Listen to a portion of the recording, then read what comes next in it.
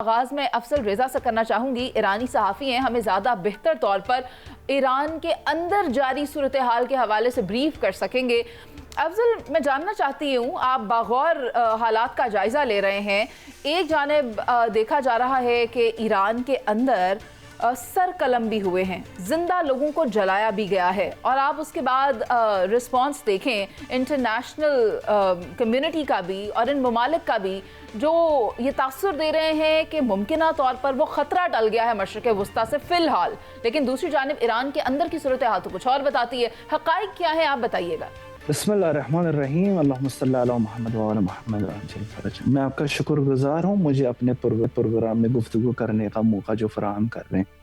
دیکھیں, میں نہیں جانا چاہتا گزشتہ 2 ہفتوں میں کیا ایسے واقعات رونما ہوئے.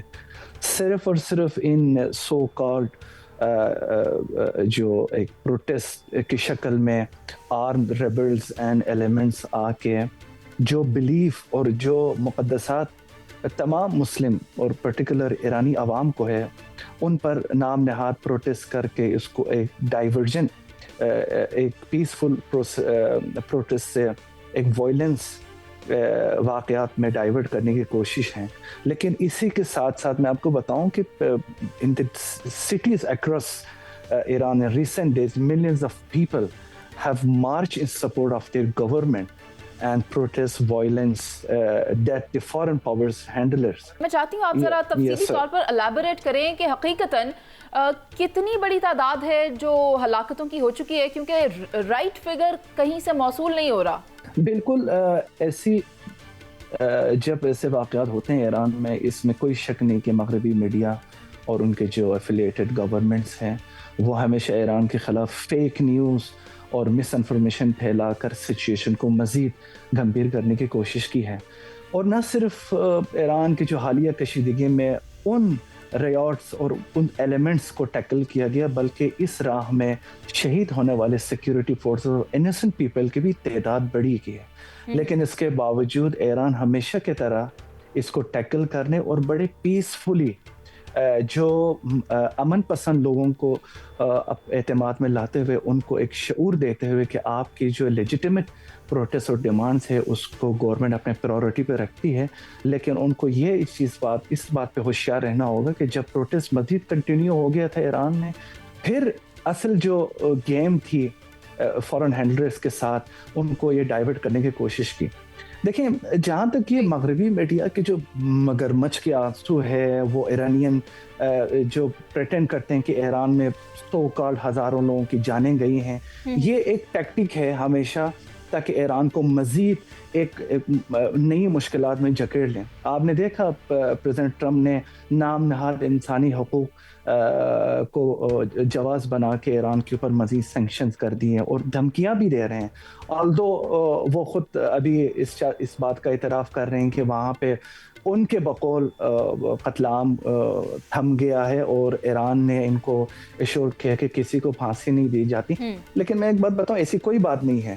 جو وہاں پہ ایلیمنٹس ایران کے سیکیورٹی کو, ایران کے جو انوسنٹ پیپل ہے, گورنمنٹ انفراسٹرکچر, پبلک انفراسٹرکچر کو نام نہاد پروٹیسٹ پہ ڈیمیج کرنے کی کوشش کی, اور کیے بھی بہت. مساجد کی شہادت, انوسنٹ پیپل کو مارنا, ان کو شہید کرنا, ان کا ایک کا حساب لیا جائے گا. Because the chief justice of Iran publicly انہوں نے ایک سخت نوٹس لیتے ہوئے انہوں نے کہا ہے کہ گزشتہ 3 سال پہلے جو پروٹیسٹ ہوئے تھے نام نہاد ایک خاتون کے کلنگ کے بعد, ایران میں یہ پروپیگنڈا کیا گیا کہ ایران میں صرف اور صرف حجاب ہے, کوئی وومن اور گرلز کی آزادی نہیں. اس کے بعد ہم نے دیکھا کہ گورنمنٹ نے اس کے باوجود اپوزیشن کے ساتھ ایک نرم گوشی اختیار کر دی, سزائیں کم کی. لیکن اس دفعہ اس بات کا کوئی چانس نہیں ہے کہ جو ایلیمنٹس ان پہ انوالو تھے ان کو ایک سخت سزا دی جائے گی. ٹھیک ہے, احتجاج اس وقت جاری ہے؟ No, everything is under control الحمدللہ.